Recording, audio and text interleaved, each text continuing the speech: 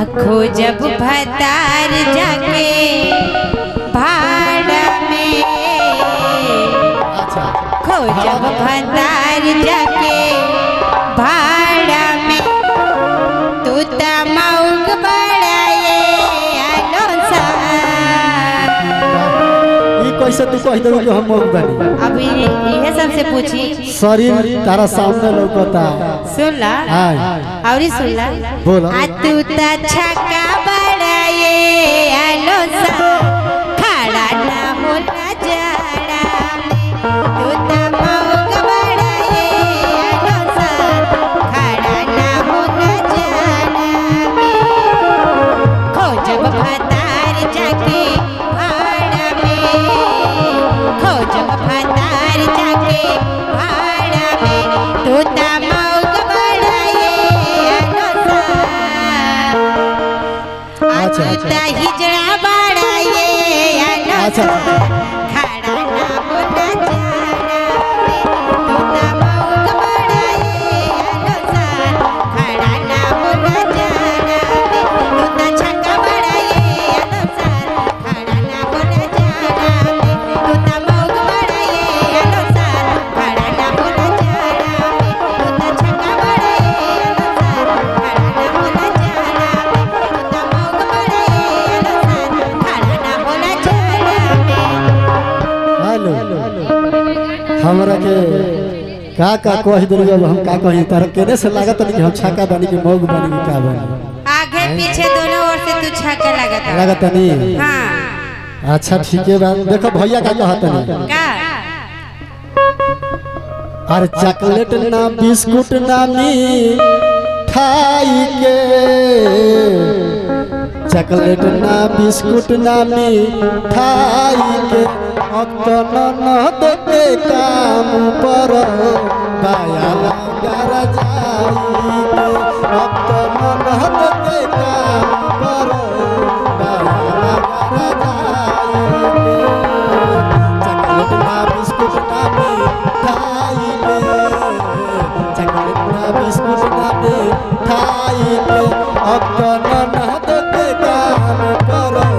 बाया लगा जाई के, अब तो ननद के काम पर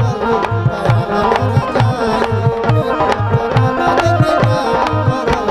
बाया लगा जाई के, अब तो ननद के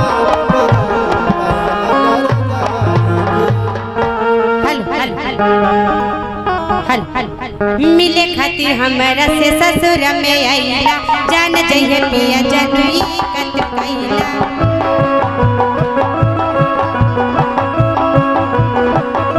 मिले खातिर हमरा से ससुर में आइला, जान जइहे पिया जनई कत कइला, ऐसे नहीं मत हार के जा, ऐसे नहीं मत हार के जा, आइला ना हवा मर के जा, पतई पर पानी झार के जा, आइला ना हवा मर के जा, पतई